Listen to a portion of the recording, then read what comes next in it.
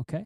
Like data, market insight, personas, but rather about connecting to customers' trade-off and their emotions, meaning and starting at the Gemba on the field when the real work happens.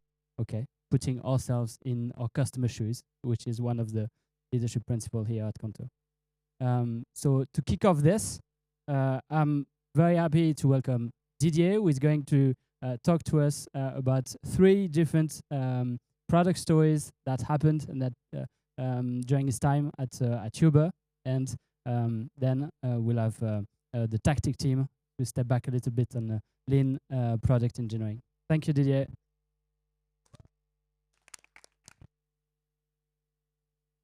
I need the clicker. Am I gonna sit? Am I gonna stand? No, I'm gonna stand, guys. That's gonna be good because otherwise it's weird. It shows your belly. It's not good. So first of all, thanks for coming. I know we have folks online too. So I really appreciate it.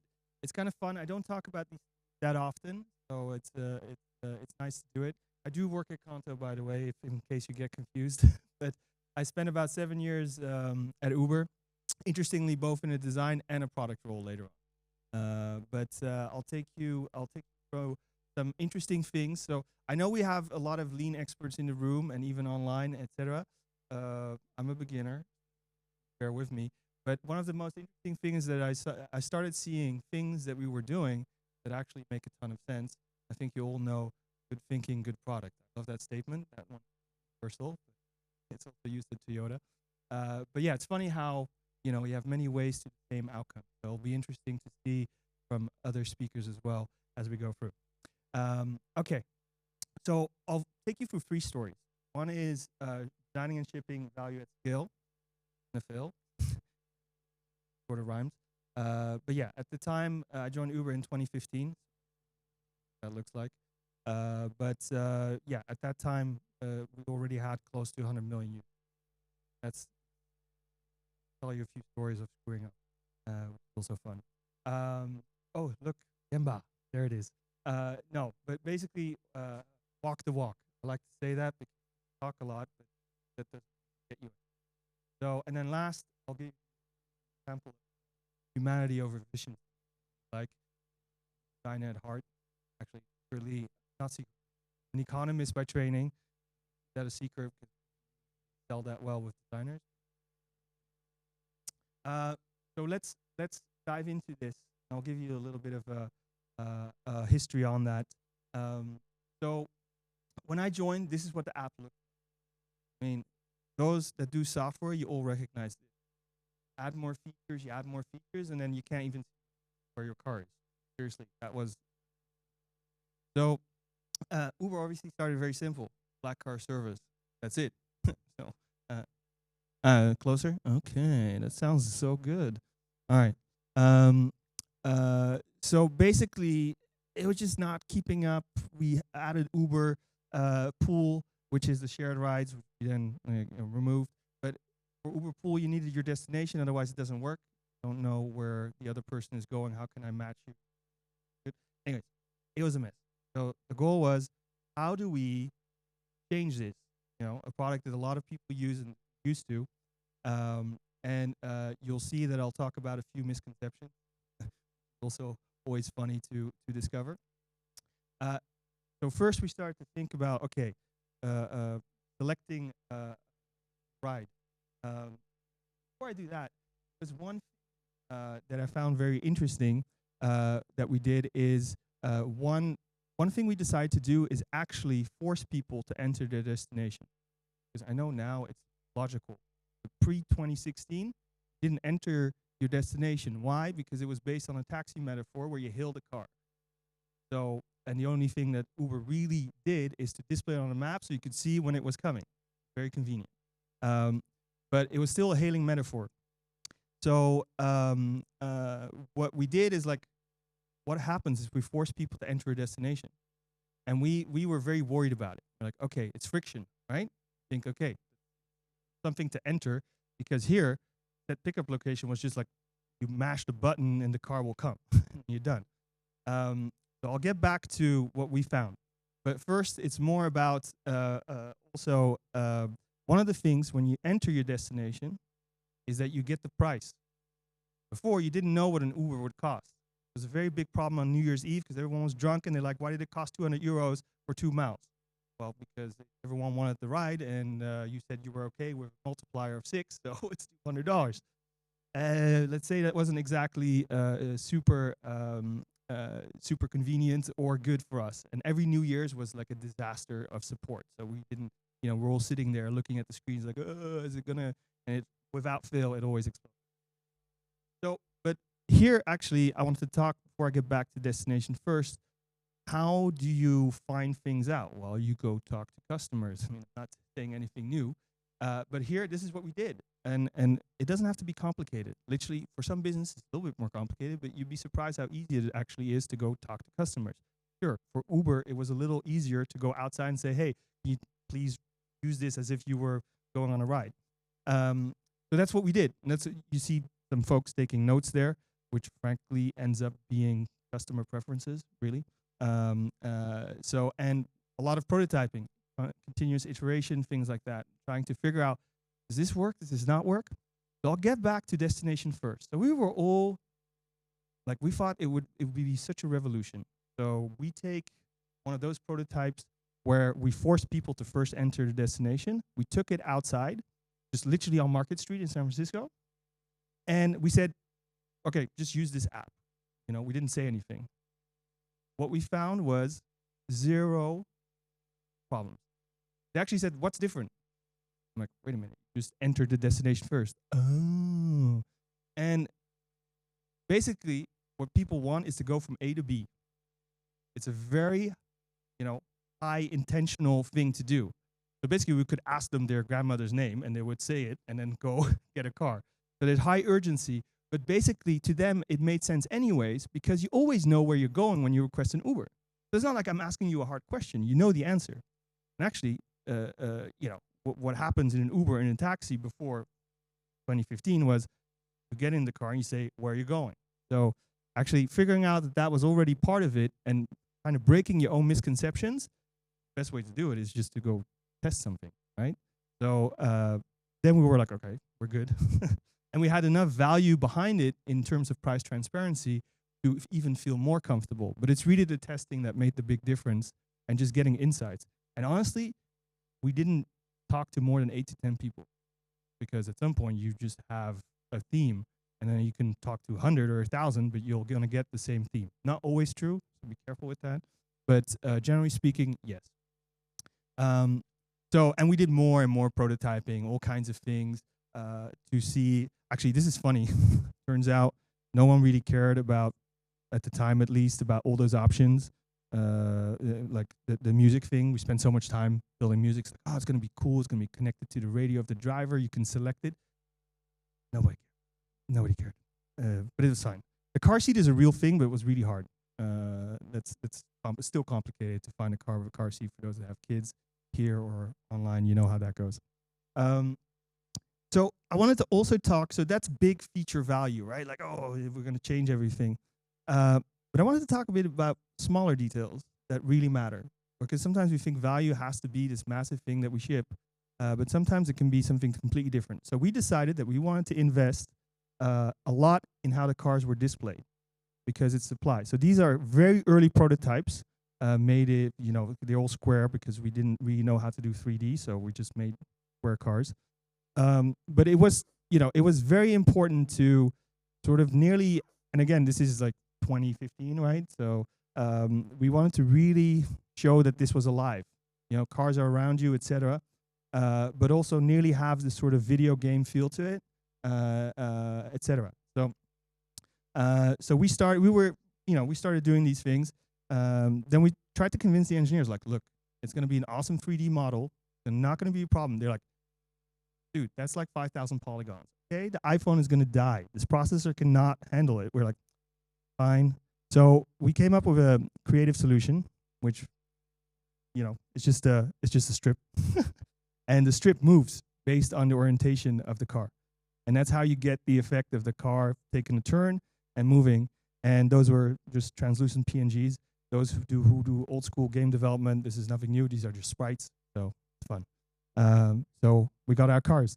And they still look pretty much like that 10 years later, to be honest. So we did a couple of updates in the meantime, but it was fun.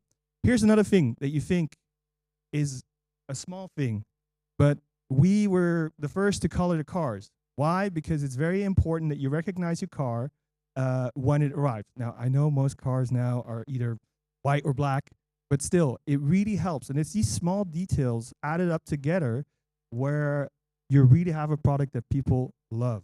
And that's I think the difference. People notice the care of the detail and all those things. And this was dynamically done. So it was a lot of work, but it was really cool to do it.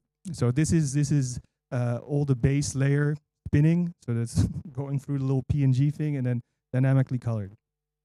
So again, this was the reaction at the time. So it's pretty cool. Oh, I had put a strip on the explicit thing there, but the update didn't make it. It's okay. So please don't pay attention to that. No, but here's what I like. Not so much that they like the product itself, but what's important here, I want to use it more than twice a day. Or I don't even want to buy a car now. That is true change in behavior that really has a big impact. And when you ship a product, I'll take the other compliments too, by the way. But no, and Uber was not really a liked company, let's be honest. And after that, neither. But that's another story. But it was interesting to see, and I love that reference, Grand Theft Auto and Assassin's Creed. I was proud of that one, so that's why I took all these screenshots. So no, but it was a big moment, and now you see the transparent cost estimates and all that stuff. It made a big difference, but it wasn't all a success. We screwed up. So where? Show you. By the way, can you refresh? Because I think we're going to have slides missing. Sorry. No, because I added some, as usual, you add some last minute things like the Kanto logo. Thank you. Sorry about that. So yeah, I'll go through. Oh. Oops. So, okay. So where we screwed up was actually setting the pickup. And I'll take you through why that happened. So this is the usual pickup. You get your ETA and all that stuff. Usually it doesn't say 1 minute, but you know what I mean. So here, GPS was already there, right? Like, I mean, with the advent of the iPhone, it was one of the ways that Uber was working. So since 2010, that was the technology that we used. And we got pretty lazy because it was working all the time. Except where was it working all the time? Just outside of our low-rise office in San Francisco. And that's what we designed. An experience that worked perfectly for a bunch of tech nerds in San Francisco. You should never do that. Well, you could if that's really your audience, and then you should just go for it. But what happened is that we had a lot of pickup errors. Why? Because even if you're in downtown San Francisco, which Uber wasn't, because we were further down Market Street, and you're next to that, the pyramid, as they call it, the GPS not accurate. Well, you all know this, because even in Paris or, big buildings in New York, etc., it just is not accurate. So we had a lot of error rates, and it was really bad. Like if if the driver can't find you, especially in downtown, it's just really going to be a problem. And actually, it was also a problem in Colombia, because there they just don't have street names. That's another issue, but still, like if you look even in San Francisco itself and then globally, we had a big problem. So, and China was also terrible, because for those that know and have been to China, so if you're on the wrong side of those roads, you are screwed. One, you cannot cross, because there's 6 lanes on each one, and there's not even going to be a crosswalk. So what happens? The driver needs to turn around. Well, with traffic in places like Shanghai or even Beijing, that's going to take 20 minutes. And that's very, very expensive. So, yeah, we made an expensive mistake. So what we figured out is like, okay, we need human intervention, unfortunately. So one of the things we also really focused on is like, hey, the pickup is not actually about your location. The pickup is about the closest location that is suitable for a car to pick you up. And nowadays, why is this important, by the way? Otherwise, Waymos wouldn't work. I mean, anyone tried Waymo in San Francisco otherwise? Yeah, it's amazing. If you ever get a chance to do it, please test it. It's like the future. I say that as still an Uber shareholder, but seriously, it's the future. Now, but here, the idea was like, okay, how do we position people? Because actually, what we care less about the buildings. We care about the roads and those points there. So we had to ship a very quick update to what we called pickup refinements. So we put in logic. We developed the confidence score of the GPS, and then we said, you know, do we need to ask or not? Because if everything is A-okay, then just go. We know where you are. And there were, 20 to 30% of cases where that was the case. I say 20 to 30, so we screwed up in the 70 to 80. But otherwise, we would ask, because it was much more expensive to try to fix it later. That was human intervention, the driver calling, you calling, a mess. Customer support, cancellations went through the roof. I mean, I've never seen Travis so angry in my life. Okay. So it goes to show that friction isn't always bad, right? And that you need to look at like, okay, where do I add friction? Where do I not add friction? Where do I need to go faster? Where do I need to slow down? Which I think is interesting. So that was a little bit story about I lost my timer, so I have no idea how long I've been talking, but I'll do my best to stay on time. So this is about understanding your customers for reals and actually living it. So after the Rider app, they said, hey, why don't you go do the Driver app? Welcome to customers we completely don't understand. Why? Because we don't drive. And maybe here you work at companies where you don't use your own product. Well, Uber had the same, because frankly, we're not drivers. So I decided to go drive. So I signed up as an Uber driver. This was pre the redesign. I have a 5-star rating, yeah. 14 trips. But this is where I started. So, just to be in your customer's shoes, right? Like Maxime said it before too, and you'll hear others later on also talk about it. But it's super important. And even if it's sometimes, the best alternative is you talk to your customers, because sometimes also hard to do it. Yes, I had a car, I could drive, not everyone can do it. Well, the Uber got pretty good because literally you can deliver on foot. You have no excuse. So this was my car with the old Uber logo, for those that kept track of how many times we've rebranded, but whatever. And you got my little green sign. It's like, my permit to drive. So I went to drive in San Francisco. Now here's the funny part. I have never ever been nervous in my own car. This was the first time.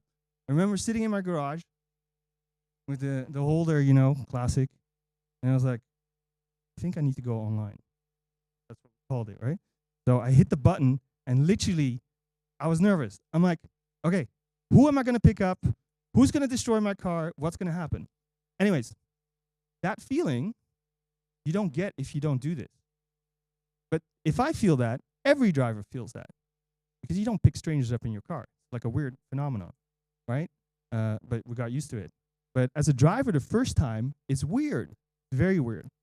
So that's notice number 1, customer journey. Nervous. So, then we can help them. I mean, we're not going to solve all their problems, but at least you're aware of it, right? So you can design accordingly. All right, so that was that. And it was funny. I met the funniest people. Also, you start to learn that they treat you very differently as an Uber driver than as you work at Uber. I got called a lot of names. I got matched to someone's niece. You want to marry her? I'm like, no, but sure.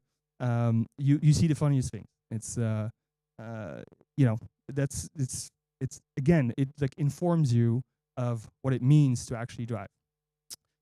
Okay, so here, this is funny. I found this picture. I was like, hey, that really looks like an Obeya. Obeya. I don't know how to say it anymore. But it kind of is, because this was our room where we discussed the product. I mean, frankly, I knew nothing about lean. back then. I still don't, but at least I'm trying.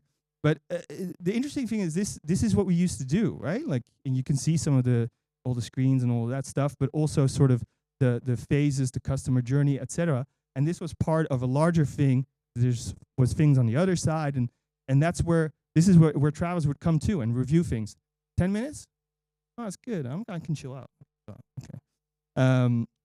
But you know, so this, frankly, we've lost some of this. Now we're all in FigJam or whatever, or like, you know. But I'm not saying go print everything. Also, you know, environmentally not sustainable. But for certain things, I think this can be super helpful. Because trust me, it's a lot more expensive to do all those FigJams and have your computer spin and then, like, you know, for no reason whatsoever. So I just found this funny because this was really part of the process. So I would go drive and I would go here and I would say, like, you know what, this is not going to make any sense, right? Or, well, not like that. That's not very nice, but sometimes it was. And you know, here we started to redesign some of the experience. And I won't go into it, but Uber has this really interesting hexagonal model of mapping. Why? Because at first they use squares, but squares are not very great at getting precision. And we use it to map here. It was multipliers for the driver. For a rider, it just, your price is more expensive. But what did people find out? If you do big squares, they're like, cheap area. Yes. So that was a problem. So having a hexagonal model, and it's now pretty much used by everyone to divvy up a globe, because with squares you can't do that. It makes it much more accurate and it can't be gamed. So funny stuff in the background. So here you basically drive around. Clearly I made $21.10 on some trip. No, that's total. And then here was filtering trips to home, where I used to live in San Francisco. That feature did not work. Like, seriously, I ended up in Berkeley, which is like, that's the difference between Paris and, I don't know, what should we say, Chartres? Like, seriously? It's like, you know, that's it's very far across the bridge, what the hell? So I was like, why do we have this if it doesn't work? Because the idea was nice. The concept was nice because it said, I want to go home. So as I go home, find me a trip that's in that direction. Except they sent me the other damn way. And I learned a lot of things because Uber Pool was also, at some point I had 3 people in my car. At 5 p.m., crossing the bridge again to the other side, I was stuck in traffic for like an hour. I mean, if I calculated, I made $5 in an hour and a half total. I'm like, how do you want people to go drive if this is what they earn? So you also get like those feelings. So this ended up sort of being the profile. We did a lot of cool stuff, which I'm not going to share today. I maintained my 5-star rating. And I got 1 cool car compliment. 1. No. But, you know, we try to humanize a lot of the experience and also, you know, do that. And you probably noticed that if you click on the driver profile, you get more information, all that stuff. It was really to humanize the experience a lot more. And one thing I loved as well, there was such a bug reporting culture. See that little button there on the left? I love that. Everyone can mash that button and say this, well, not this sucks, but it's not working, or it's an experience issue. And that's so important to me, because yes, there's technical bugs, but I'm talking about experience bugs, things that don't work well, etc. Because technical bugs we'll find and we'll fix. The experience bugs I'm talking about, and I think we should really focus more on that, because it's all those small things that start to irritate people after a while. So the one thing you don't learn by doing this is sort of, what does it truly mean to be dependent on Uber for your income, right? I don't feel that, because when we drove for Uber, well, first it was a legal issue because employees driving, so we had to clear that barrier. And it was actually a lot of work to make sure that this was cleared and we weren't going to get screwed over by who knows who. And then second, all the money we made was donated. So, so we didn't feel what it means if you have a low-wage job and you're supplementing your income with Uber, right? So for that, we had to go talk to drivers and understand their situation. And okay, flexibility, what does that mean? All of those things, because that you don't get that sense. So you don't get everything from trying your own product sometimes. because it doesn't have the same impact for you as someone else, right? And that's true for most products, if not all. So to talk a little bit about humanity, there's another story that I found interesting at some point that popped up. So I generate this with AI, and AI was really annoying. I mean, on the face of it, it looks pretty good. Okay, those stoplights are a bit weird. But then the damn cars are like gonna all crash into each other. I spent half an hour trying to turn the cars around to prompt it. It was really annoying. But that's what AI is at the moment. It's like a very stubborn junior designer who's like, no, this is fine. I like this. And then 3 prompts later, it's like, I did something completely different. Anyways, but I gave up because I couldn't turn the cars around. I'm like, you know what? I'll just make a story out of it, and it's going to go faster because otherwise this presentation is never going to be over. Okay, so let's look at this, right? We're in New York. We're at a busy intersection. So then I told the AI, can you make it schematic? Like hand-drawn is cool. Okay. So let's pretend someone requested an Uber. He doesn't put his hand up, but as much as I prompted it, it kept putting the hand up. Anyways, I'm sure you struggle with AI the same way, where you're like, can you please just do what I'm asking you to do? Anyways, so he's there. Uber arrives, stops there, and we told the person to go there, right? Like, even if he was on the other side of the road, we told him to go there. There's a reason he's there. It's called efficiency. Because if you pick up before the crosswalk or the intersection, the car can still make a decision whether it goes left or right. That helps routing efficiency. And that's very much so. So this is a distribution of new ETAs, old ETAs. I don't exactly know if this was pertaining to this exact example that I'm sharing with you, but the principle is the same. It's like routing engine error distribution. You know, we want to be as accurate as possible, because if we're not, it's a waste of money. Because if you think of a driver chaining things, it's compounding, right? So it's very important to be as efficient as possible. Or is it? That's the question. Let's go back. It's fine when the light is red. Car stops, you get in. It's a little trickier in this case. When the light is green and you're in New York, or even in Paris, let's be honest, I get honked at all the time and I'm on a bike. That's probably why I get honked at, but still, there's plenty of honking. You know, if you're not fast enough, it's like, go. So what happens, you get everyone yelling. I told it to yell, and it just did YU. I don't know why, but whatever. We'll just go with the AI thing here. So people start yelling. That is stressful, you know? It's stressful for the rider because he's there, I need to get into the car, and maybe you have like 5 million bags or 2 kids, who knows what. And then, you know, for the driver, it's stressful because he doesn't want to have like honking cars behind him. And it was just not a good experience, generally speaking. So we made the trade-off. And we said, you know what? No, we're not going to go for efficiency in this case because it's not worth it.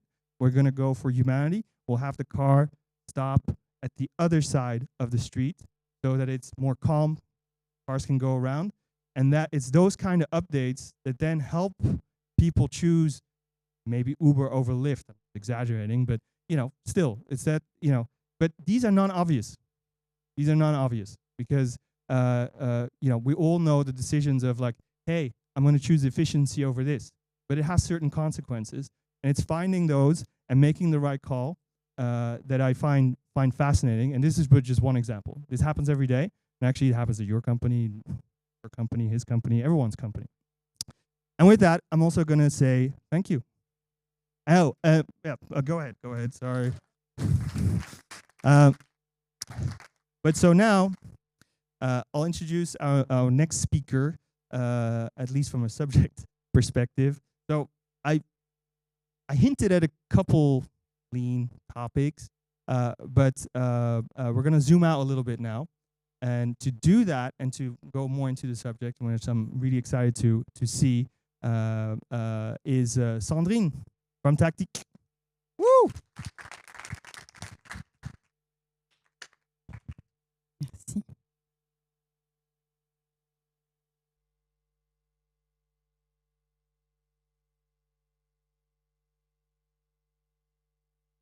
Okay.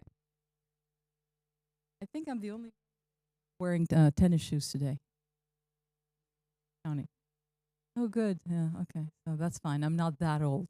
Ah, good, good. Thank you. All right. So I'm Sandrine. Thank you for coming, everyone. And today, yes, indeed, I'm not going to talk about tech. I come from the tech world. Okay. I grew up in the U.S. Right. When I say I grew up, I went there when I was like about 20 years old. So I grew up professionally, and I know San Francisco very well. It's my favorite town. I lived there for a while. I discovered Agile there in 2000. Came out 2000, 2001. Anyway, so I specifically don't want to talk about tech today because I'm going to, I want us to step outside of our comfort zone because I understand most of you come from the tech world, right? Tech-ish. When I say tech, I mean AI, data, I include all this stuff. Okay. So if we want to understand a new concept, we have to step outside of what we know. And that's what I'm going to try to do today. I'm going to try to introduce this concept called lean engineering, which I call lean product engineering in my book, in our book that I co-wrote with the next speaker, Caroline and Flavian. I call it lean product engineering because I want to make sure that people know it's not just about engineering, it's product. The product is the tech is the product. So lean product engineering. Who's familiar-ish with lean engineering in this room? Okay, well, okay, see you then. Seems like everybody knows about it. No, I'm not gonna do a master class on lean engineering, of course. I'm just gonna try to talk about the essence of lean engineering. People say feature development is bad, whatever that means, right? We keep adding features. No, we don't want. We want to step away from a feature delivery kind of approach. So what's the alternative, right? What do we do? I discovered lean engineering like several years ago. I basically wrote the first article on Obeya like 18 years ago in France that was published in France and in the US. So, and I discovered that actually there's another way to approach product design is by resolving trade-offs. What the hell that means? We'll try to figure it out. I warn you, it's a little theoretical, but you need to understand the theory so that you can go practice it in your own context afterwards, right? So let's try to see what that means. So I'm not going to talk about tech. And since it's dinner time, I'm going to talk about food. I'm going to talk about bread specifically. I'm a bread lover. So what's the difference between those two loaves of bread? What's that? Quality. Speak like a customer. Homemade. I'm sorry? Yeah, it's pricey, maybe. Yeah, true. I'm sorry? Yeah, one is healthier than the other, potentially, right? Anything else? What? Yeah, crunchy. Yeah, definitely soft, crunchy. Yeah, fair. Which one would you choose? The one on the right? Everybody would choose the one on the right? I hear it depends. It depends. It depends on, yeah, what else? Purpose. Yeah, purpose, what I'm doing. Anything else? It depends. Yeah. The answer to the question is really, it depends. It depends on situation, what you're going to do with it, right? So what does that tell us?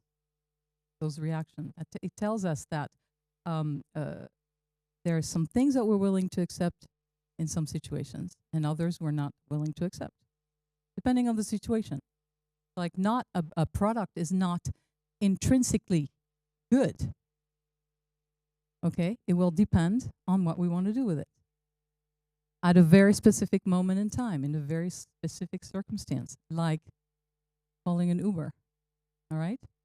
And this is at the heart of lean engineering, understanding that in some situations, we might want the bread on the right. In other situations, we might want the bread on the left. And that's okay. And we need to understand that. If we don't crack that, then we're stuck in feature delivery. So yes, the bread on the right promises crust and whatnot, of course. So let's say now you're the baker. Okay, so your local baker, you know the. So I choose this bread, the handcrafted bread that looks healthy and crunchy and whatnot. And you want to improve it, change it. You want to try something new. What do you do? How do you go about it? Complicated, isn't it? I see you all like this. It's not so easy to decide what to do next. Yes, we're going to go to the Gemba, you know, the place where people consume, find, use, you name it, recycle your product. We're going to go to the Gemba and understand, yeah, okay. But still, everybody's going to have a different idea, a different request. How do you choose? It's a question, actually. How would you choose? So let's say your shop is near a school. So you're like, you know, all these kids, you know, at like 4 or 5, they come and they buy chocolate croissants and pain au chocolat and whatnot, and like, maybe I should add chocolate chips to my bread. That would be cool. Maybe I'll try that. And then some people, they complain. Actually, more and more people are complaining that the crust is a little too dark, too thick. Should I cook it less? Maybe I should cook it less. And then, of course, people tell me that it doesn't keep as long. Maybe I should make it smaller so that it's consumed faster, etc., etc. And then we start, what do we do with that? What we start making is a list of things that we'd like to do. You know, you're familiar with the list. Like we call it Jira, we call it Trello, we call it whatever you want to call it, right? We make lists. We love lists, things that, you know, that we want to do, and we end up with this. It could be Post-its on the wall. It could be, again, it's a backlog of ideas, of things that people ask for.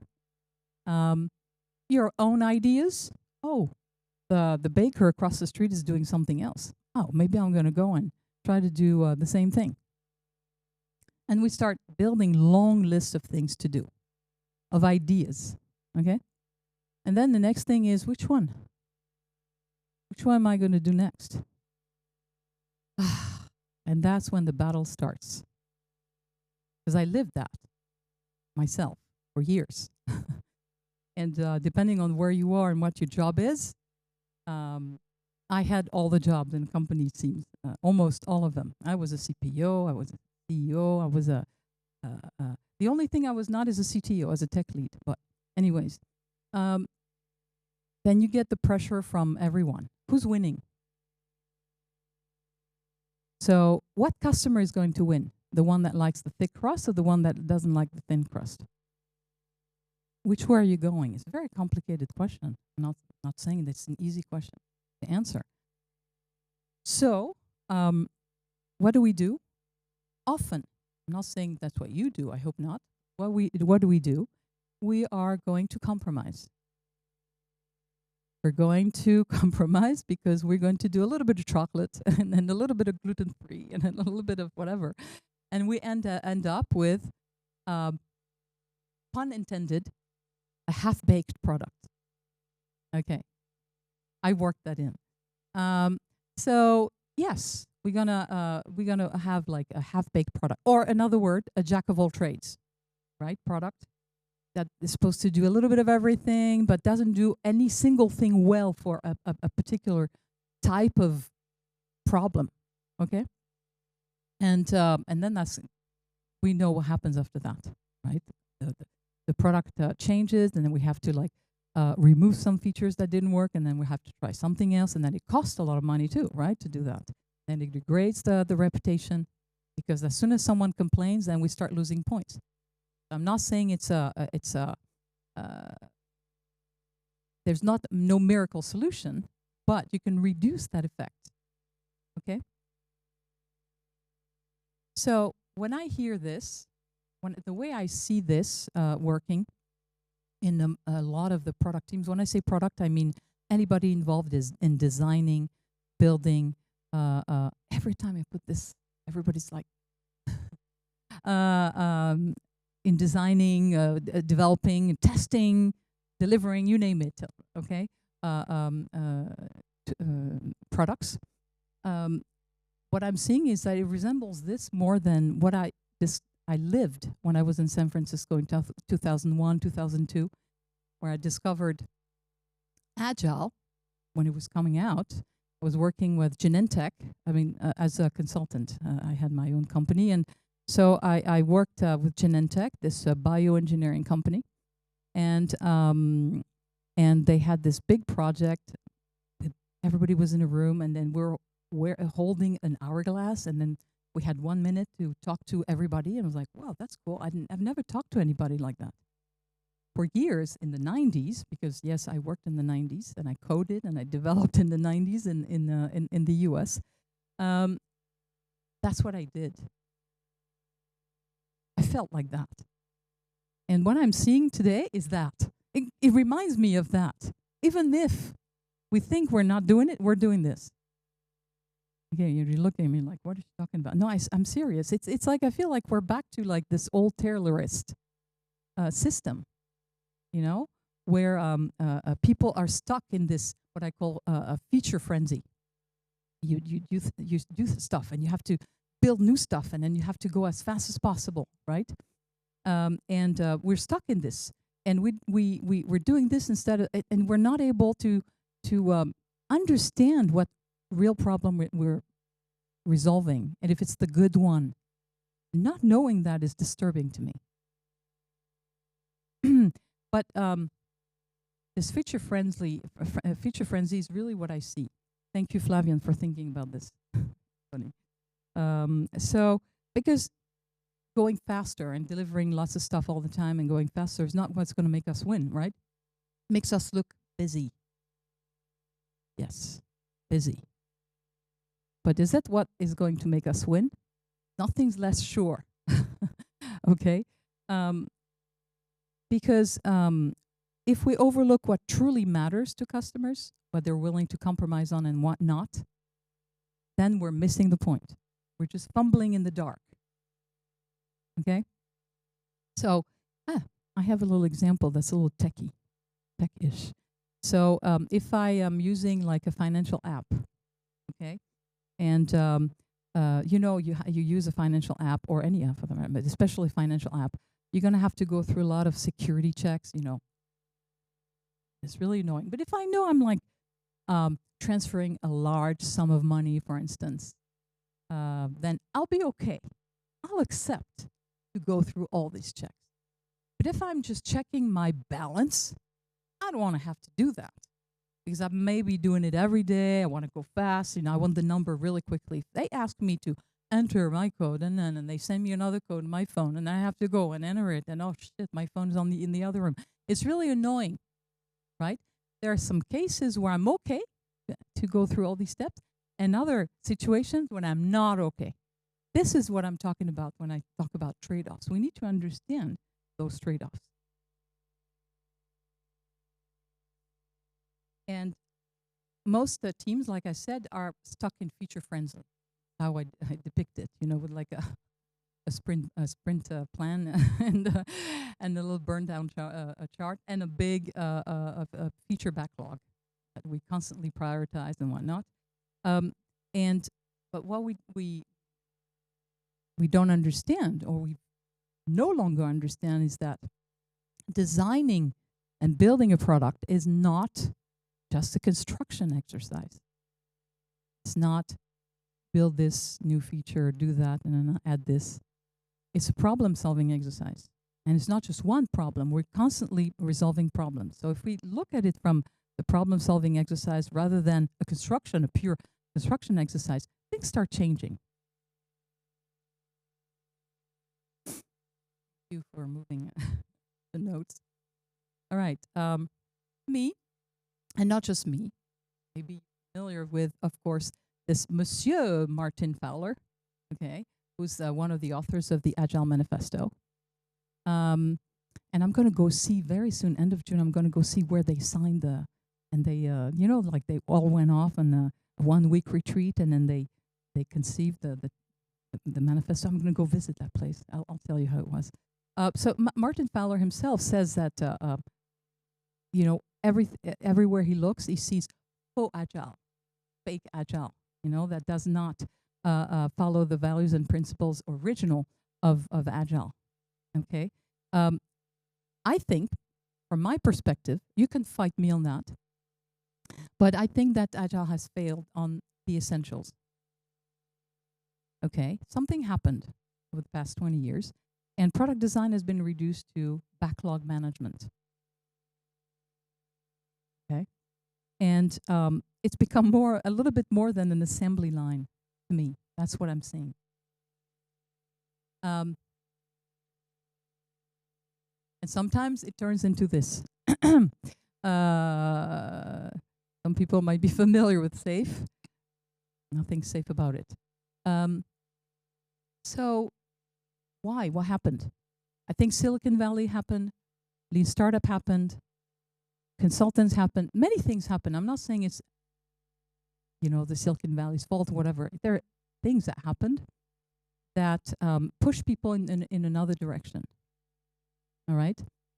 Silicon Valley with the need to constantly build more, faster, you know, and money's cheap and free, right? So we don't care. We throw away. So that's one reason. Another reason, a lean startup. Yes, fail fast, learn fast. Yeah, okay. Sounds leanish, but I'm seeing a lot more failing than learning. And consultants, I think that's the main part. Consultants, so for a movement to grow, consultants need to take a hold of it. So good, consultants did. They took Agile and they turned it into something they could sell. I'm a consultant, so, you know, fine. There's nothing wrong with being a consultant. But I'm saying they took Agile and they saw the tip of the iceberg of Agile, the processes, the rituals, the team rituals and whatnot. And they turned it into something that they could scale, they could sell. All right. And I'm one of them. I did that. So I'll take the blame, part of the blame, a little part of the blame. And so what do they do? I mean, they did this. It worked fantastically. So nobody's hearing about extreme programming anymore. Everybody's hearing about Scrum and SAFe.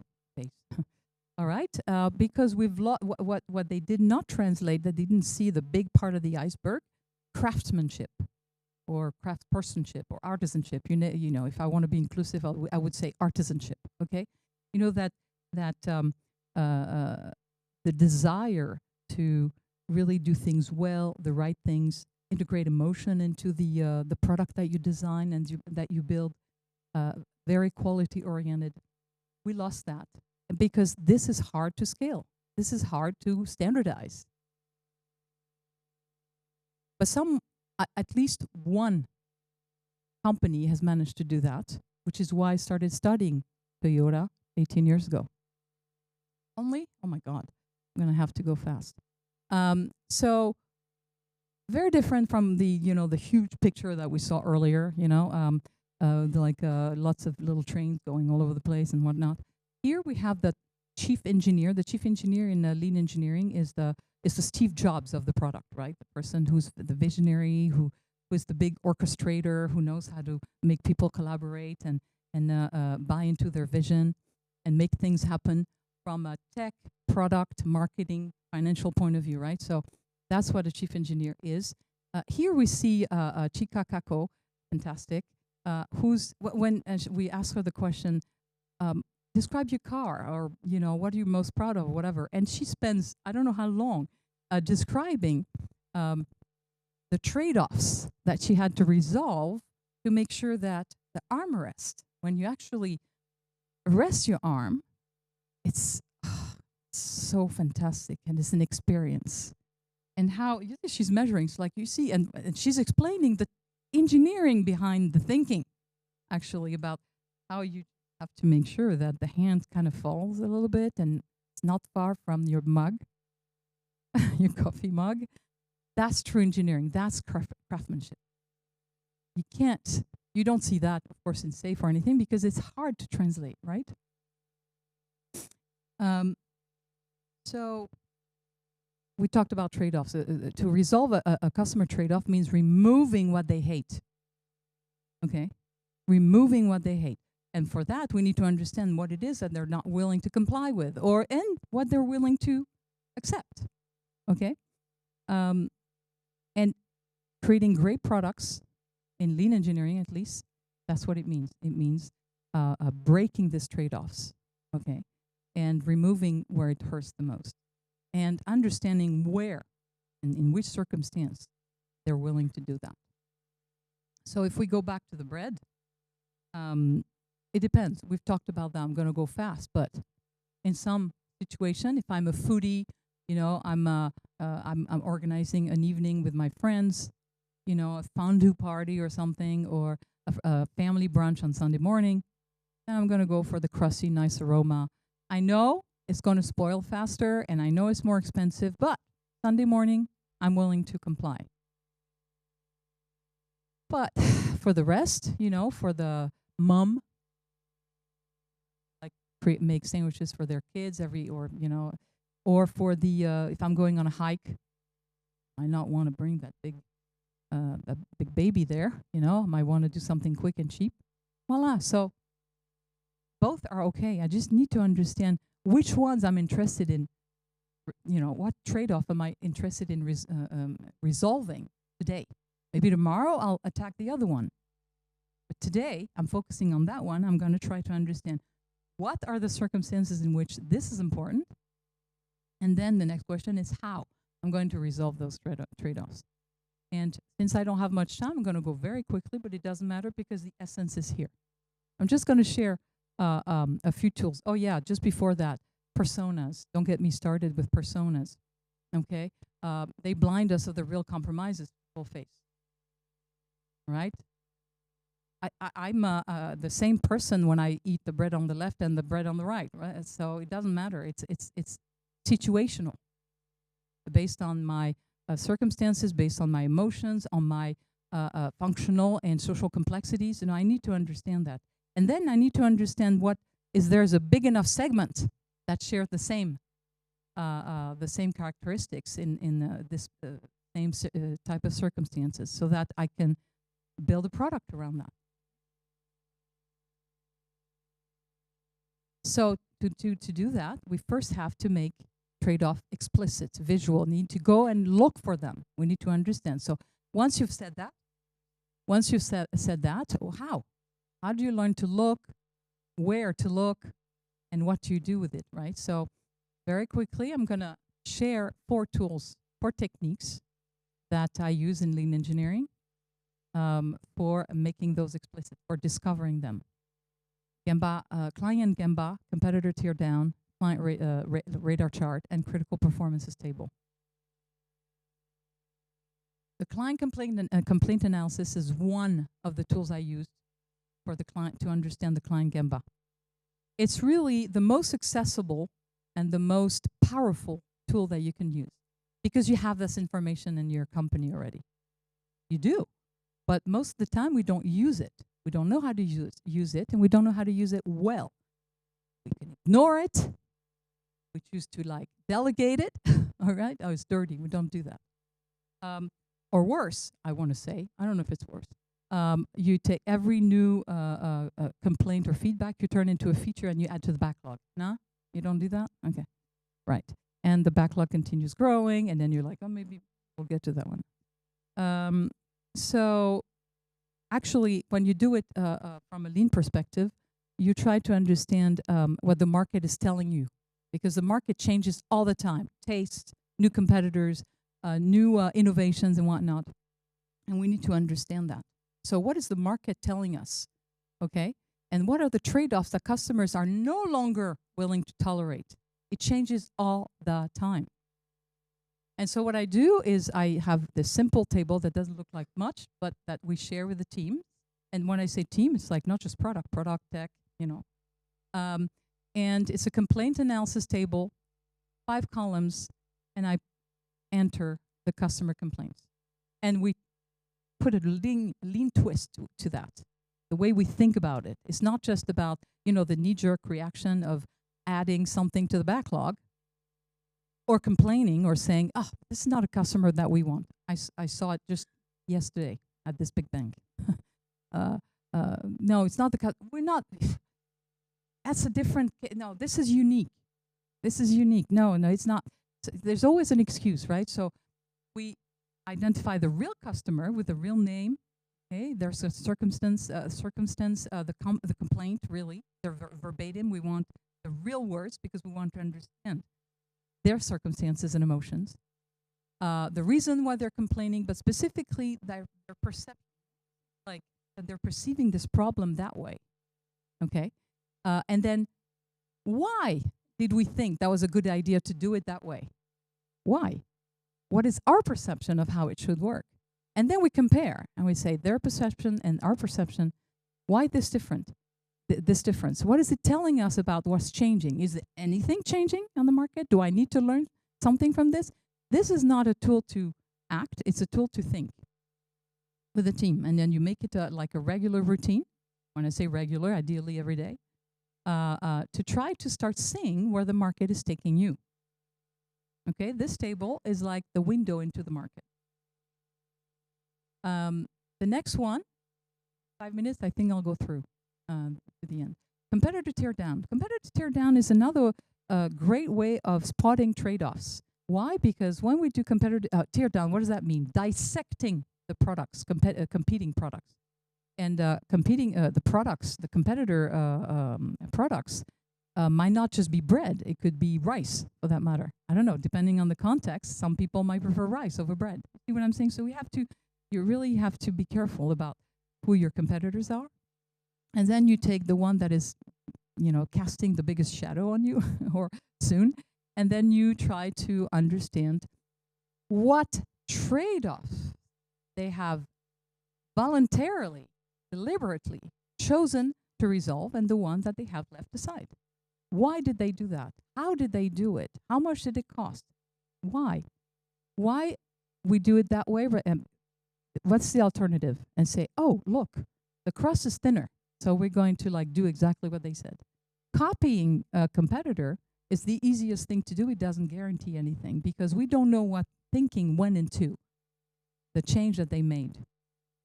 The most efficient thing you can do to lose a competitor is to resolve trade-offs because it's the hardest thing to copy. When you copy a feature, anybody can do it. But copying something that is hard, that you managed to crack, that you innovated on, the know-how that you built by resolving a trade-off, that is hard to copy. And this is how you keep the lead on the market, right? Then the radar, that's super powerful, the radar chart. So here you see nice aroma, crusty, healthy, and all that. These are the trade-offs the customer is not willing to make. And you compare yourself on these axes to your two competing products. And as its name indicates, it's a radar. It tells you where to go next. So that's interesting because instead of fighting with whoever is shouting loudest, I want this feature. No, I want the chocolate chips. No. You look at your radar charts and you put the people in front of it, and it's time to go sleep. And basically, here it tells you, for instance, that if I'm yellow, I'm the baker. Actually, the baker is green. Sorry, the yellow is me at home. I'm green. I know that I know how to make a good crust, right? But I'm not so hot on the natural taste or healthy. Why? What is blue doing? How do they crack that? What do they do? I'm going to try to understand. Is it really important? Do I need to focus on crusty first? So it really helps you build a product strategy. It shows you the way. Really, really powerful. And the next step is to cross that bridge between the client's world and the product world. I use that critical performance table, where I list all the stable client preferences on the left. Remember, crusty, stay fresh at least 2 days, healthy, etc. And then I try to translate these into design constraints. attributes of the product. Before I write a single line of code, before I do a single mock-up. I try to translate that into something that I'm going to use as a guardrail for my product design activity. Okay, so maybe Krusty, trust my local baker, I asked, no, bread. Krusty, that's like exterior crust thickness would be a good attribute. Color would be a good attribute as well. No more than 5, less than 3, and then I know that if I'm kind of there, I'm satisfying that segment. You see? And if for any reason I wanted to change anything, for instance, I wanted, I realized the market is changing, is moving. I have to reduce the crust because some people, like Julia, complains that the bread is too hard. That's my friend, really. So we constantly fight because she wants the thin crust and I want the thick crust. So let's say I'm the baker. I said maybe I should reduce it, but I know that if I reduce it, then it's not going to keep as long. What do I do? So, and I realized maybe this segment actually it's changed as well. They're okay if it doesn't keep as long. Okay, this trade-off, we can leave it aside. But maybe not. Maybe they said, well, I want a thin crust and I want it to keep. What do I do? Okay, that's what we identify here as technical trade-offs. That's how let's go back to the beginning of my presentation when I said it's product design is not so much a construction exercise, it's a problem-solving exercise. We're constantly solving these problems. And this is the alternative to feature development, is trying to ask yourself, what is the performance that I need to improve? Preference. Okay. What performance I need to improve? Improve the level of satisfaction for that particular trade-off. And how the heck are we going to do it? Now that changes radically the conversation you're having with people. It's not just like PO writing stories, passing it on to the devs who are going to code, and you know what I mean? I'm wrapping up. Promise, Maxime. It's really about like deciding together how are we going to crack this to keep the lead on the market. Thank you.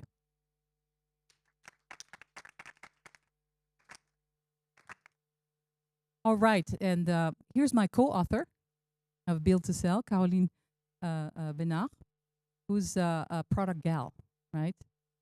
She's also CPO of Tactique, thank you very much. And she's going to talk to us about her story. Thanks, Sandrine.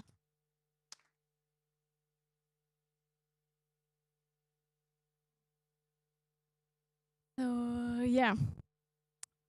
In order to dig deeper in the concept of product performances, as Sandrine told us about, I'd like to tell you a story.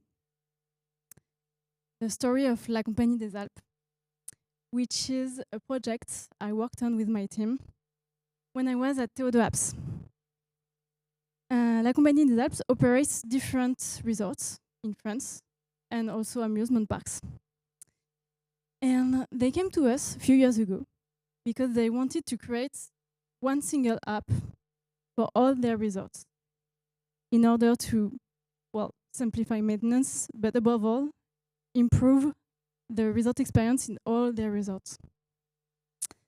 What was really difficult was that we were trying to meet very different needs from very different customers who were going to different resorts. And all of this in one single product. But what was really interesting was that we were in a situation where the product already exists, even if you were trying to build a new one. So we had a lot of data. In fact, we had so much data that we didn't know what to do with it. And neither did they, jokes aside. When we met with them, the stakeholders, well, we had like a shopping list and with the prospect of a jack of all trades product. But the problem is if you try to satisfy everyone, you end up satisfying no one, right? So, and it's especially difficult when you have in the lot an app that made the buzz. And then that was the case of one of the app we were trying to replace. The app was the app Huge, and it made the buzz thanks to one of its features, the tracking.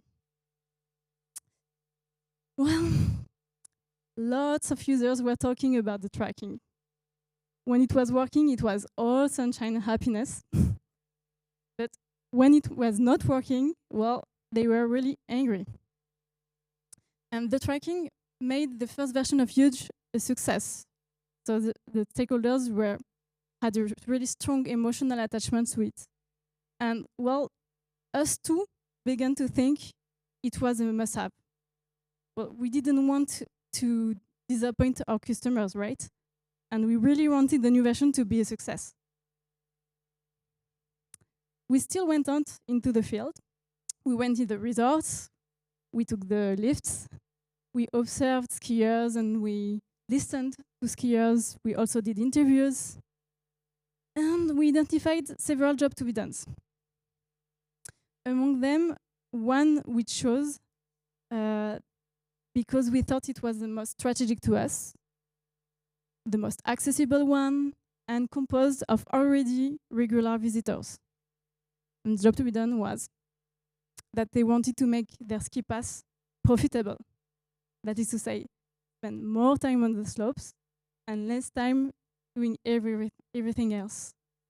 Less time queuing at the ski pass counters, sometimes up to 30 minutes, or less time queuing at the lifts, sometimes up to 1 hour. And for this specific job to be done, we identified several customer preferences, which are the criteria they use in order to choose a solution over another. I just put there 3, but there were more. But the 3 more important was like, I want to avoid the queue, as I said, especially at the ski pass counters. And I want to have access to real-time traffic information, right? To avoid the queues at the lift. And evidently, the information should be reliable, otherwise not working. For each criteria, we asked ourselves what our product performance should be in order to satisfy our customers. For example, for the queue at the ski pass counters, maybe an online ski pass shopping journey which takes less than 5 minutes. That's what we aim for. Or for the real-time traffic information, automatic updates, but every 5 minutes maximum, otherwise it won't be relevant. Ultimately, we realized that tracking wasn't the priority. We had to tackle the ski pass profitability first. And later on, we could still dig deeper on the customer preferences that lied behind the success of the tracking, right? But we had to begin with the profitability of the ski pass. And the results proved us right. But we almost listened to a small portion of our customers who were making a lot of noise. And we might have ended up with a product that was great for a small group of users, but while the rest of our users would feel the ski pass wasn't delivering its value. What did we learn? First, data hides what really matters. Looking at what's performed best, sure, it's useful. For example, the feature which is the most used. But it's not enough. We have to go out in the real world and observe to truly understand. And we have to shift from feature thinking to actual performance for our product thinking. Secondly, as products, we are no longer briefing the teams on what features to build. We're thinking with them about the product performances and how to succeed. What technical solution should we choose in order to really deliver on our product performances? And that's where lies true innovation. Working together to crack a challenge, to make life easier of a customer with a specific segment, in a specific segment, with a specific job to be done. Thanks.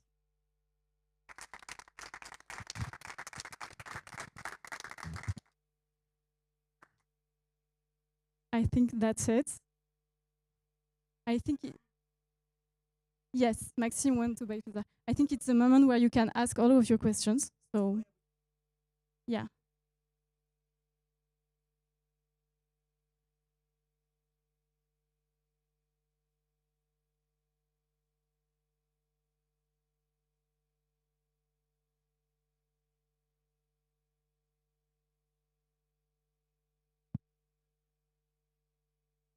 Hello, hello. Yes, yes, yes. But I'll also help. Well, okay, we're a small group. Are we still? Is this is still online? Is still people online? Okay, sorry, I was about to kick you all out, but no, I'm kidding. Yeah, shoot, and then we'll go around with the mic. All right, we got one over there.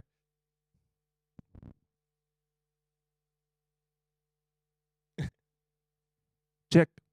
It works. Hello, thank you for the great talks. I have a question for Didier. Since you had to put yourself in your client's shoes, I wonder if during your Uber times you faced differences between users across the world, because San Francisco is not built the same way as Paris or the same way as London or whatever city you had to deal with. Yeah, big differences. Big differences. I mean, that's why you go out there. That's why we had people in the markets also talk to local customers. Now, there's one thing that didn't change. I mean, it's interesting. I mean, it's same with bread. You can take any example. People still want to go from A to B. So some things are actually very common, but the way they make trade-offs is different. So that's because if you show that to a Japanese person, they're like, "What? None of them." So, so that is what you need to understand. But frankly, that is again going to look at. So, but yeah, you see, there's certain different behaviors. If I was in India a lot, so there it's completely different. Also, it's totally normal to call your driver 20 times. Are you there? Are you there? Are you there? Are you there?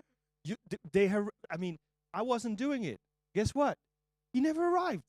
Like, if you don't call him like 5 times, I'm exaggerating with the 20, but I was in Bangalore. I'm like, is this car coming? He's like, did you call him? It was my colleague, my Indian colleague. He's like, you need to call him. I'm like, this makes no sense. But anyways, so you get things like that, right? And you come up with different things. So that's what I find is interesting. But it's also sometimes just interesting to see how much we have in common versus not, right? So, but yeah, we saw, it was interesting to see, full of anecdotes everywhere. It's super interesting. Thank you. Ooh, that's a good one. Masking.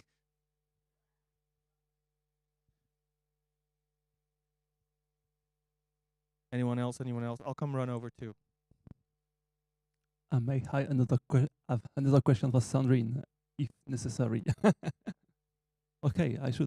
Yeah. I have a question about something which is maybe a client preference, but maybe not actually a product critical function. Yeah, I just think about when I've seen the 2 pictures of the bread, crafted bread and the industrial bread. The first thing I thought is that on the industrial one, it was packaged in plastic. And it's not about the bread, it's about what's wrapping it. And my personal problem with plastic is, I don't like plastic. It's, polluting and etc. It's a side effect of the product. It's not exactly the product. I don't know exactly how you manage side effects of the product or producing the product in a product preference. Repeat the question. I Yeah. really understand the question. Yeah, it's a tricky one because Evan, when I was asking it, I was kind of thinking of it at the same time. The question is, how do you manage in your, product design, the fact that some functions are more about how the product is produced, not about how the product is used. How do I manage that? Yeah. Uh, so, so what do you mean? Like, what shocked you? The fact that it's in plastic bag and it's not part of the product itself? It's all about the difference between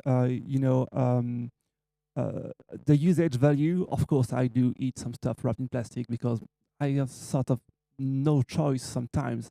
But there is a moral cost behind, which is True. not, you see, about the price or about how the product is actually. It's all about the side effects. And I don't know It- how to, think about it when you design a product. Well, it's if I go back to the trade-offs, the customer trade-offs, first of all. And of course, I didn't talk about ethics. You also have to do what you believe in. It's usually the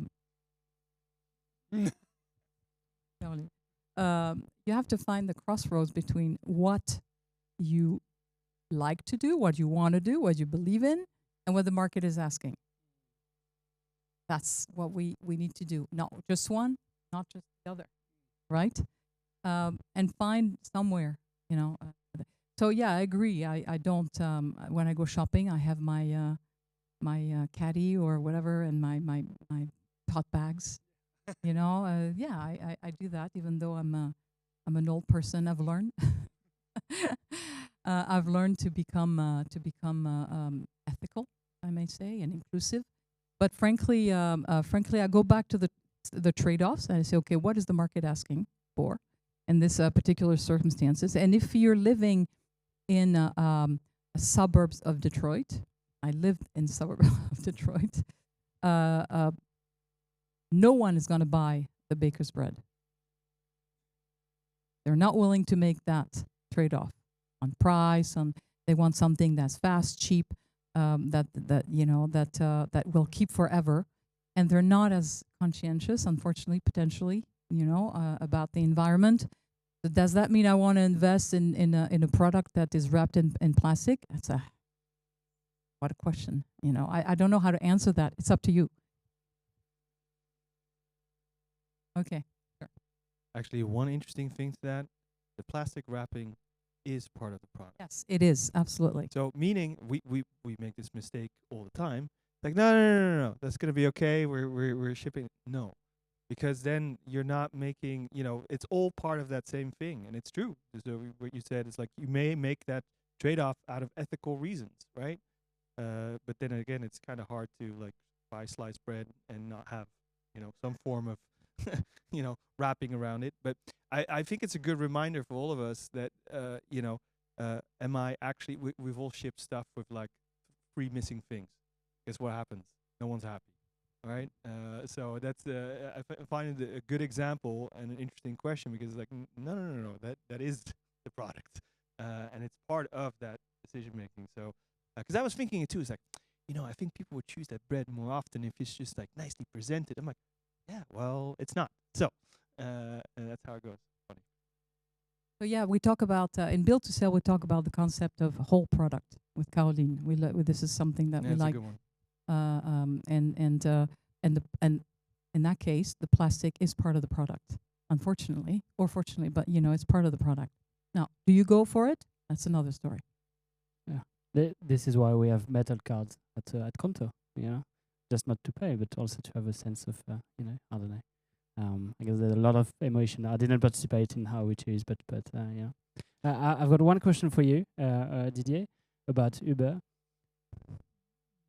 What was the most unexpected, product and design insight that you remember that has, an impact on the on key development later? And how did you learn it? How did you come I mean, across it? there were a lot, but I think I shared some of the bigger ones. I mean, honestly, the the whole destination first was really an eye opener for me, because it shows you that you can have so many, things that you're so close to it, and you keep adding these features. You saw it on the first screen. We just kept adding features. We weren't thinking about value anymore. I mean, I wasn't describing it in those terms, to be honest, but paraphrasing. And that's why we needed to reset. Actually, the reason we needed to reset is because people couldn't make the right trade-offs anymore on their daily life. Like, oh, I need a shared ride because and it's. But we always had the interesting things. It's like, okay, time, price, all of that stuff. But actually, we weren't just competing against. We're competing against public transit as well, right? Like, and in San Francisco, as you know, it's pretty damn terrible. You have to take the Muni. It's like, yeah, no, it is terrible. It's not like Paris. Paris is very, very nice. But so, yeah, no, that one, suddenly that was really where I saw, and I'll make the connection with talking about features versus value, because we took a step back and talked in terms of value, but it's scary to do that because you're going away from something comfortable and actually you just don't understand it. And everything unblocked when we're just like, hey, can you try this? But, one more example that, because I was working with Robinhood on, they were the first to really democratize sort of investing, right?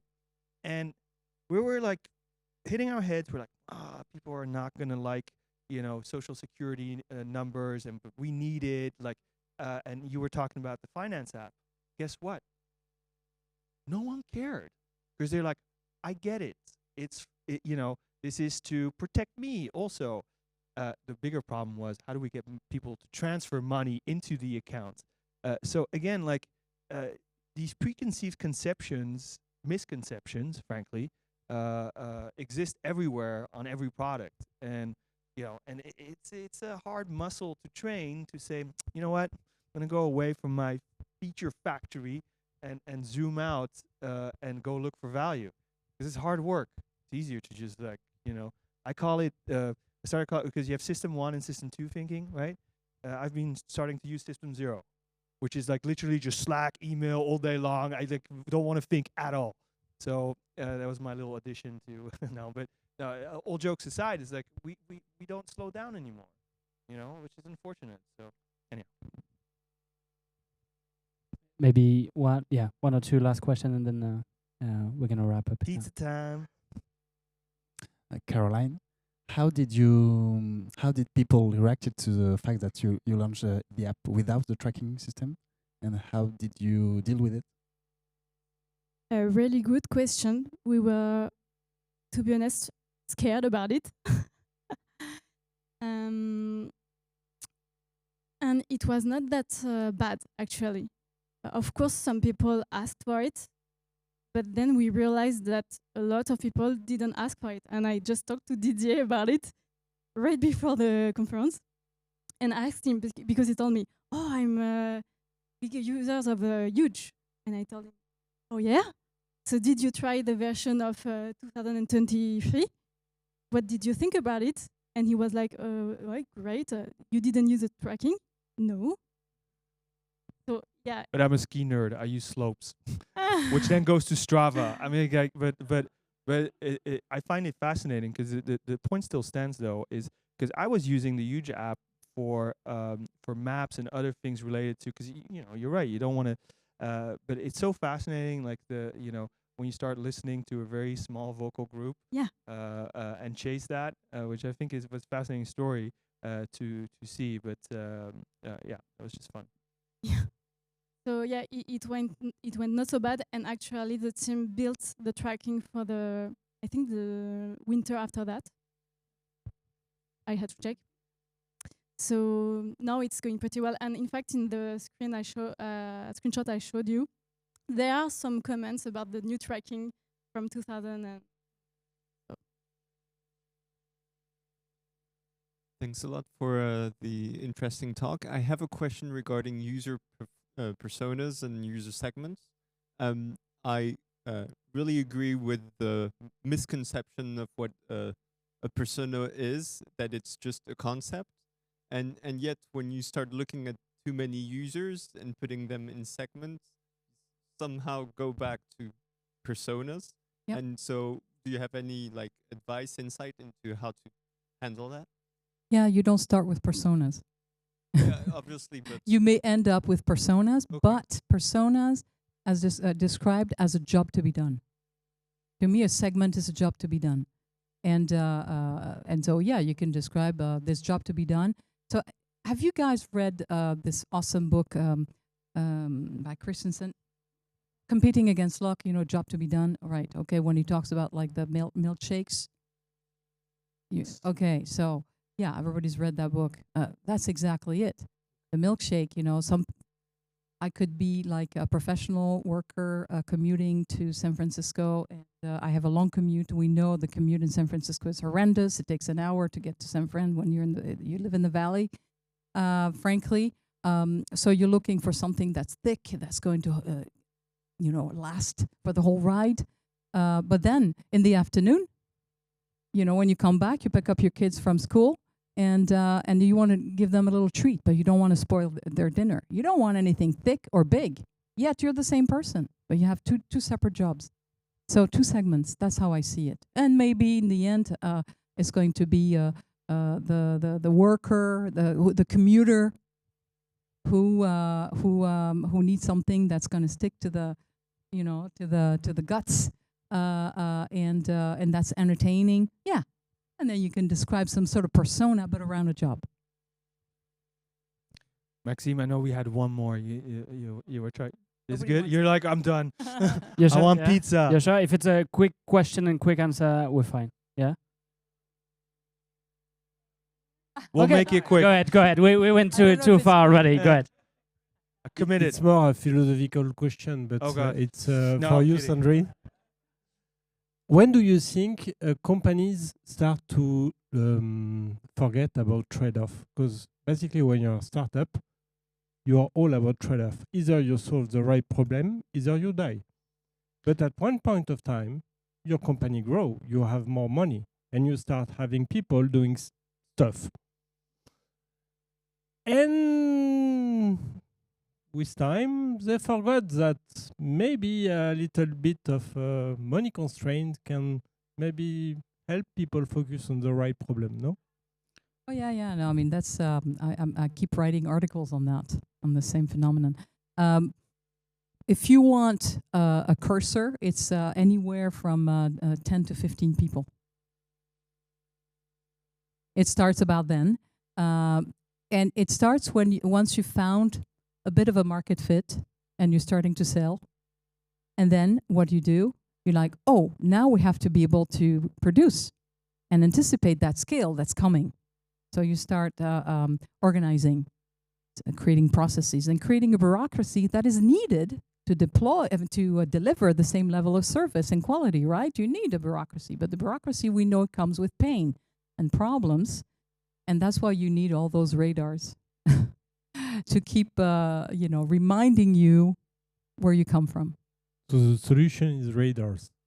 Well, the solution is having the visuals and the conversation with the right people to keep reminding you where you come from, and all these tools, they're here to develop this artisanship spirit. You know, when I say artisanship, meaning we're not here to just deliver. We're here to try to understand what creates emotions, what quality means. You know, we're constantly taking a step back, and that's the most difficult thing to do, is to get yourself out of this feature delivery syndrome, where you feel that if you take 2 minutes of your day or like an hour of your day to just take a step back and think, you're like, oh my God, we're going to lose market share. And that's a big misconception. No, that was actually pretty good. I would have said the same. It's like no, seriously, because I've seen it multiple times. Uber had it too. You hit product market fit, and then you're effed. Because seriously, because you can't what by that time you've lost your curiosity. You scaled your company. That's a big problem, and it's hard work to be curious, because most founders, when they start something, Kanto was founded this way too. Like, oh, hey, business banking sucks. I'm gonna solve it. Uber, Paris, I can't get a damn taxi. Starts that way. Very simple things. But it's actually an insight they had themselves. They were referencing themselves and making their own trade-offs. And then that works. And then you're like, growth, because Silicon Valley, and I got a lot of funding, actually billions of them, and I need to make more money. And so you just add a whole ton of stuff and smart brains, and a lot of smart brains make stupid things. So it always goes that way, and the movie just repeats. And you have to get out of it. I mean, these companies get out of it. Microsoft is a good example, actually. It's like, okay, a long time. Apple, same thing. Like, but getting out of it, my God, it's painful. So.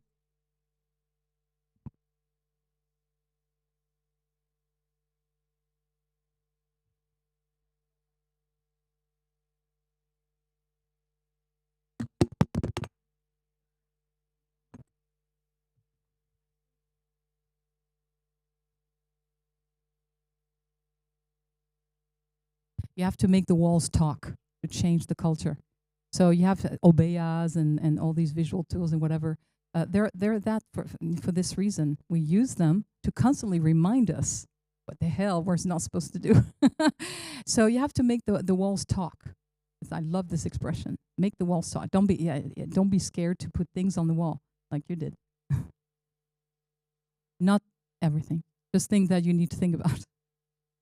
Yeah, it's a whole system. And to maybe speak more specifically about what we did at Conto is we forgot about this, about customer focus, and we started to realize that, and this is why we put success on the wall, and we started to check consistently on time to value on features, and it's visible on every product and tech visual management. But this is something that we forgot. There's a cultural aspect to it also. Customer focus is a value. We revamped it. Leadership principle. So you communicate a lot about it, but you need to make it actionable with other break in your operating system, such as visual management, how to remind people, such as rituals. How do you visualize your red bins, your customer complaints, and what do you do about them, and how you train people to actually understand, read them, do problem solving around them, to really try to understand the trade-offs and how to get maybe interesting product evolutions. So, but it's not just one tool; it's a whole operating system, a whole framework to do so. Thanks again, everyone, for coming today, and please enjoy the pizza and the beer. And thank you, Maxime. You did a